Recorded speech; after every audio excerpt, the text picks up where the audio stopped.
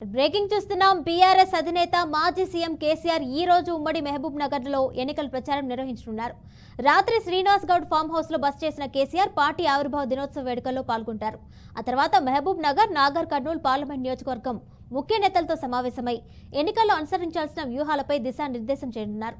మధ్యాహ్నం 3 గంటలకు నాగర్ కర్నూల్కు చేరుకొని ఉయ్యాల వార్డు నుంచి బస్టాండ్ వరకు రోడ్ షోలో పాల్గొంటారు. అక్కడే కార్నర్ మీటింగ్లో కేసీఆర్ ప్రసంగిస్తారు. ఆ తర్వాత తన పర్యటన ముగించుకొని హైదరాబాద్ చేరుకుంటారు. దీనిపై మరింత సమాచారం మా ప్రతినిధి వెంకట్ అందిస్తారు. వెంకట్, చెప్పండి, కేసీఆర్ పర్యటనకు సంబంధించిన పూర్తి డీటెయిల్స్ ఇవ్వండి.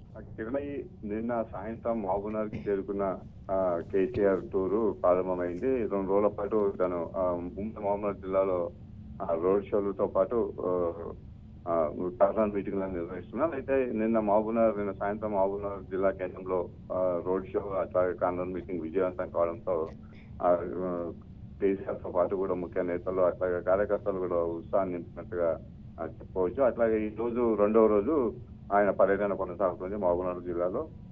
ఈ రోజు ఆయన నాగర్ కర్నూల్ పార్లమెంటు సెగ్మెంట్ లో అతను ప్రచారం నిర్వహిస్తారు, ఎన్నికల ప్రచారం. ఇందులో భాగంగా ఈరోజు సాయంత్రం అతను మహబూబ్నగర్ లో నిన్న రాత్రి ఇక్కడ మహబూబ్నగర్ లో మాజీ మంత్రి శ్రీనివాస్ గౌడ్ ఫామ్ హౌస్ లో అతను రాత్రి బస చేయడం జరిగింది. ఈ రోజు ఉదయం బీఆర్ఎస్ పార్టీ ఆవిర్భావ వేడుకల్లో అతను మరికొద్ది సేపట్లో పాల్గొనే అవకాశం ఉంది. అంటే పార్టీ జెండా ఎగరవేయడం, అట్లాగే తెలంగాణ తల్లికి పూలమాలతో అతను అభినందనలు తెలియజేయడం, అట్లాగే స్వీట్లు పంచుకోవడం అట్లాంటి కార్యక్రమాలు ఇక్కడ నిర్వహిస్తున్నారు. ఈ రోజు ఫామ్ హౌస్ దగ్గరనే ఇవన్నీ ఏర్పాట్లు కూడా చేయడం జరిగింది. దీంతో పాటుగా ఈ కార్యక్రమం తర్వాత మహబూబ్ నగర్, నాగర్ కర్నూల్ ముఖ్య నేతలతో ఈ లోక్సభ సెగ్మెంట్ ముఖ్య నేతలతో తాను విడివిడిగా సమావేశాన్ని ఏర్పాటు చేయడం జరిగింది. ఈ సమావేశాల్లో అభ్యర్థుల విజయాలపై దిశానిర్దేశం ముఖ్య నేతలకు చేసే అవకాశం ఉంది. దీంతో పాటు కూడా గెలుపు కోసం ఎలాంటి వివరాలు చేయాలనే దాని మీద కూడా అతను వీళ్ళతో చర్చించే అవకాశం ఉన్నది.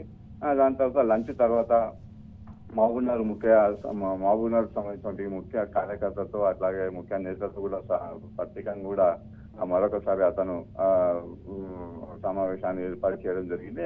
లంచ్ తర్వాత ఈ సమావేశం ఉంటుంది.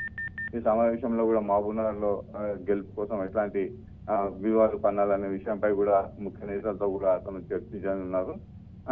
మొదటి రోజు మహబూబ్నగర్ లో విజయవంతంగా కేసీఆర్ పర్యటన ముగియడంతో ఆ కేసీఆర్ పర్యటనకు సంబంధించిన వివరాలను కూడా చర్చించే అవకాశం ఉంది. అట్లాగే సాయంత్రం 3-4 గంటల తర్వాత అతను ఇక్కడ నుంచి నాగర్ కర్నూల్ కు బయలుదేరుతారు బస్సులో.